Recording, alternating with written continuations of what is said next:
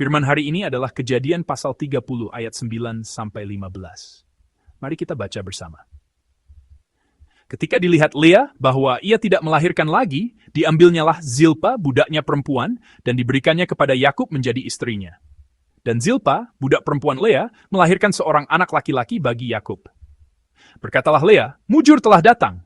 Maka ia menamai anak itu Gad. Dan Zilpa, budak perempuan Lea, melahirkan anak laki-laki yang kedua bagi Yakub. Berkatalah Lea, aku ini berbahagia. Tentulah perempuan-perempuan akan menyebutkan aku berbahagia. Maka ia menamai anak itu Asyer. Ketika Ruben pada musim menuai gandum pergi berjalan-jalan, didapatinyalah di padang buah Dudaim, lalu dibawanya kepada Lea, ibunya. Kata Rahel kepada Lea, berilah aku beberapa buah Dudaim yang didapat oleh anakmu itu. Jawab Lea kepadanya, apakah belum cukup bagimu mengambil suamiku? Sekarang pula mau mengambil lagi buah Dudaim anakku? Kata Rahel, kalau begitu, biarlah ia tidur dengan engkau pada malam ini sebagai ganti buah Dudaim anakmu itu. Amin. Hari ini saya akan berbagi firman dengan judul, Yakub mendapat istri keempat. Istri Yakub semakin bertambah, dan anak-anak laki-laki terus-menerus lahir. Ini adalah gambaran di mana janji Tuhan sedang digenapi. Tuhan sebelumnya telah berjanji kepada Abraham, aku akan memberimu keturunan sebanyak bintang di langit. Namun, orang-orang yang turut serta dalam penggenapan perjanjian ini tidak selalu berpartisipasi dalam pekerjaan ini dengan niat yang baik atau motivasi yang baik saja. Dalam nas kemarin, kita telah mengamati orang-orang yang berpartisipasi dalam pekerjaan ini. Semuanya adalah seorang perempuan dengan hati yang iri, seorang laki-laki yang murka dan marah, dan seorang anak yang lahir di antara kedua suami istri itu dengan nama yang berarti perkelahian. Anak-anak seperti inilah yang turut serta dalam pekerjaan ini.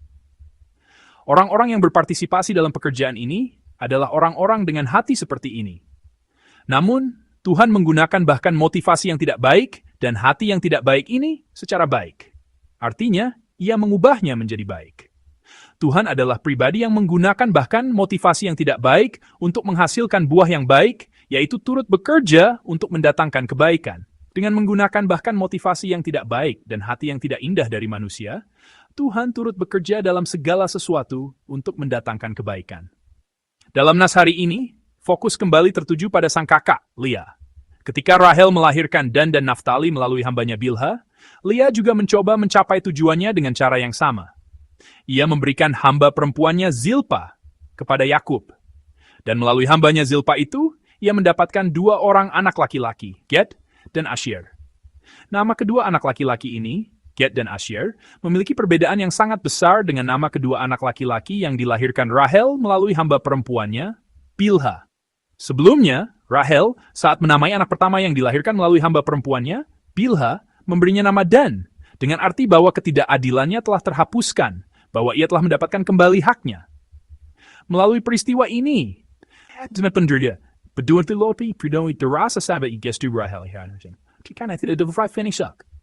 namun, nama Dan adalah nama yang terlalu terfokus pada ibunya sendiri. Lebih tepatnya, terfokus pada rasa mengasihani diri sendiri, pada perasaan yang malang dan menyedihkan.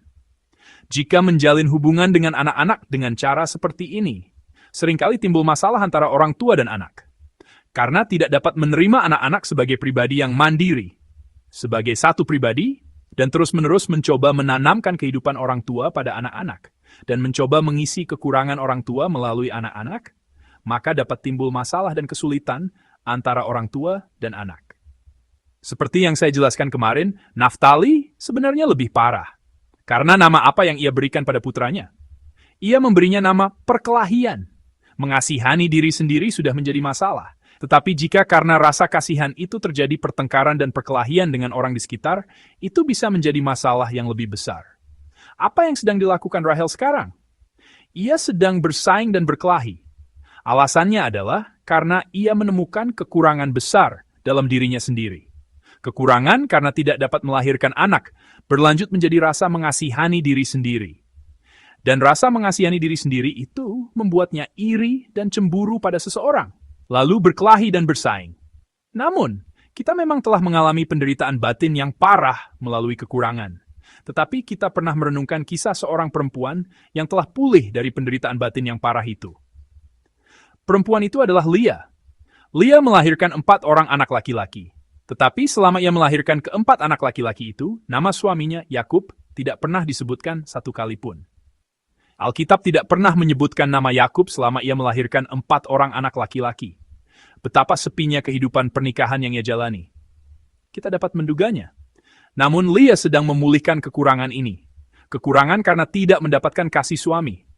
Artinya, ia sedang menyembuhkan dan memulihkannya dengan kasih Tuhan. Kasih yang mendasar itu. Kekurangan itu dapat dipulihkan. Bagaimana bisa dipulihkan? Bisa dipulihkan dengan kasih Tuhan. Dapat dipulihkan dengan kasih yang lebih mendasar. Kasih yang lebih sempurna. Bukan dipulihkan dengan cara bersaing dengan orang lain, membandingkan dengan orang lain. Melainkan ia sedang menyelesaikan kekurangan itu di hadapan Tuhan yang tak tertandingi, yang merupakan sumber dari segala kasih, melalui kasih Tuhan itu. Pemulihan itu juga tampak jelas dalam nas hari ini. Leah juga mendapatkan anak laki-laki melalui hamba perempuannya. Namun, bagaimana ia menamai anak-anak laki-lakinya? Ia menamainya dengan sangat indah. Mari kita baca bersama terlebih dahulu firman di ayat 10 dan 11. Ketika Zilpa, hamba Leah, melahirkan seorang anak laki-laki bagi Yakub, berkatalah Leah, mujur telah datang. Maka ia menamai anak itu Gad. Nama anak pertama yang didapat melalui hamba perempuan Zilpa, ia namai Gad. Arti nama itu adalah keberuntungan atau berkat. Dengan menamai anak itu berkat, ia sedang memberkati anak ini. Anak kedua pun demikian. Mari kita baca bersama juga firman di ayat 12 dan 13. Kemudian Zilpa, hamba Leah, melahirkan anak yang kedua bagi Yakub. Berkatalah Leah, aku ini berbahagia. Tentu perempuan-perempuan akan menyebutkan aku berbahagia. Maka ia menamai anak itu Asyir. Ia menamai anak kedua yang didapat melalui hamba perempuan Zilpa, Asyir. Arti nama itu adalah kebahagiaan. Leah sedang menikmati berkat sebagai berkat, dan ia mengekspresikan hal yang menggembirakan sebagai sukacita. Menikmati berkat sebagai berkat dan bersukacita atas hal yang menggembirakan, sebenarnya ini adalah hal yang sangat-sangat wajar. Hal yang begitu wajar hingga tidak perlu dikatakan wajar. Menyebut berkat sebagai berkat dan sukacita sebagai sukacita, saya rasa tidak ada hal yang lebih wajar. Tidak ada reaksi yang lebih wajar dari ini. Tetapi di sini kita harus merenungkan kembali kehidupan kita. Apakah benar demikian? Apakah hal ini benar-benar wajar? Menyebut hal yang diberkati sebagai berkat dan bersukacita sepenuhnya atas hal yang menggembirakan, memuji sukacita yang Tuhan berikan kepadaku sambil berkata, Tuhan, terima kasih, dan mengekspresikannya sepenuhnya dengan sukacita. Apakah kita benar-benar hidup seperti itu? Bahkan dalam kisah kelahiran anak Yakub ini, kita dapat melihat bahwa tidak demikian. Ada perempuan yang setelah melahirkan anak berkata, diberkatilah, berbahagialah. Tetapi ada juga perempuan lain yang setelah melahirkan anak justru teringat akan perkelahian dan persaingan. Gambaran seperti ini juga muncul secara bersamaan. Kita, dengan membandingkan berkat, bahkan mengubah berkat menjadi alat persaingan dan menciptakan kutukan.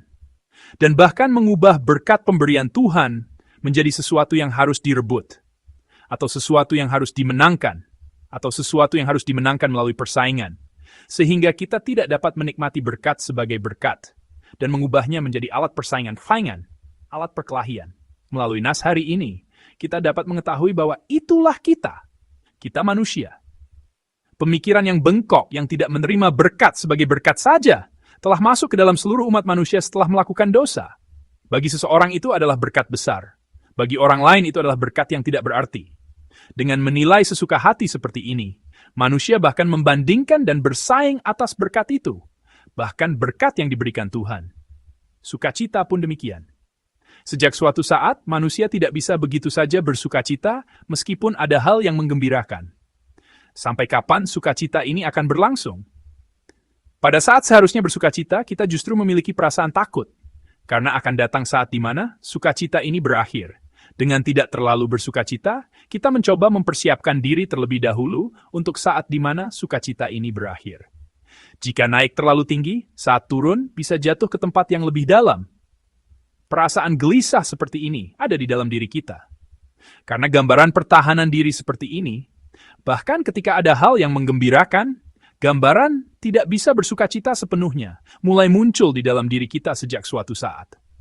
Semua pemikiran seperti ini adalah pemikiran yang berlawanan dengan Tuhan. Apakah kita berbeda? Mari kita renungkan kembali gambaran kita. Apakah Anda hidup dengan merasakan berkat yang Anda terima sebagai berkat dan bersyukur? Berbahagialah, sangat berbahagia. Mungkin ada di antara Anda yang bertanya-tanya kapan terakhir kali Anda hidup dengan ungkapan diberkatilah, berbahagialah. Kapan terakhir kali Anda bersyukur kepada Tuhan dengan ungkapan seperti itu? Mungkin ada juga yang merasa, sudah lama sekali ya, terlalu lama aku tidak merasakan berbahagialah atau diberkatilah, karena lelah dengan hidup, lelah dengan kehidupan yang sedang kujalani ini. Saya memberkati dalam nama Tuhan, agar hari ini menjadi hari yang diberkati. Saya memberkati dalam nama Tuhan, agar waktu ini menjadi waktu yang penuh sukacita, sehingga Anda dapat menikmati sepenuhnya sukacita dan kegembiraan yang Tuhan berikan. Hari ini kita telah membuka mata. Hari ini telah dimulai di dalam Tuhan. Hari ini kita akan menjalani kehidupan, dan kehidupan itu adalah kehidupan di mana kita akan berjalan sehari bersama Tuhan, yang tidak ada yang mustahil baginya, yang Maha Kuasa. Bukankah ini hal yang patut disukacitai? Bukankah ini hari di mana kita tidak bisa tidak berkata, diberkatilah. Saudara-saudari yang terkasih, saya memberkati Anda dalam nama Tuhan, agar Anda menjalani kehidupan di mana Anda menganggap berkat sebagai berkat, dan dapat begitu saja bersukacita pada saat yang seharusnya bersukacita. Keadaan kita mungkin masih belum bisa sepenuhnya bersukacita dan masih sulit untuk mengatakan diberkati. Namun saat di mana segalanya sempurna, saat di mana semua situasi dapat diakui sepenuhnya sebagai sukacita, saat di mana semua situasi terasa sempurna, saat seperti itu sebenarnya tidak ada selama kita hidup di dunia ini. Sama halnya ketika Lia mengakui keberkatan dan merasakan sukacita. Ketika Lia mengakui keberkatan, ketika Lia mengakui sukacita, saat itu juga adalah saat di mana kasih suami yang begitu ia rindukan masih jauh di sana. Saat di mana ia masih penuh dengan kekurangan, saat itulah. Meskipun ia mengaku diberkati, meskipun ia mengaku bersukacita, saat di mana kekurangan itu masih ada, saat di mana kehidupan Lia masih penuh dengan kekurangan, saat itulah Lia mengaku seperti itu. Anak yang memiliki nama sukacita dan keberkatan itu bahkan bukan anak yang dilahirkan oleh Lia. Mereka adalah anak-anak yang dilahirkan melalui hamba perempuannya. Suami yang masih tidak mengasihiku, jika hanya memandang suami itu, anak yang tidak lahir dari tanganku, anak yang tidak lahir dari tubuhku, akan sulit untuk berkata, diberkatilah kepada anak itu, berbahagialah kepada anak itu. Namun ia mengakui sukacita dan keberkatan. Situasi tidak menjadi standar keberkatan dan sukacita. Keberkatan dan sukacita, kita hanya ada pada Tuhan kita yang sedang memandang kita. Karena Tuhan kita ada di sini untukku, dan kasih Tuhan kita ada di sini bersamaku, kita dapat mengakui keberkatan dan hidup dengan menikmati sukacita, bahkan di tengah kekurangan dan berbagai situasi sulit. Hari ini Tuhan itu sedang menyertai kita. Oleh karena itu, hari kita hari ini adalah hari yang diberkati, dan oleh karena itu, hari kita hari ini adalah hari yang penuh sukacita. Saya memberkati dalam nama Tuhan, agar semua saudara-saudari yang terkasih kita dapat berjalan bersama Tuhan kita yang memberikan berkat dan sukacita melampaui situasi. Tunjuk victory ini hari yang diberkati, serhikin apa yang manusia.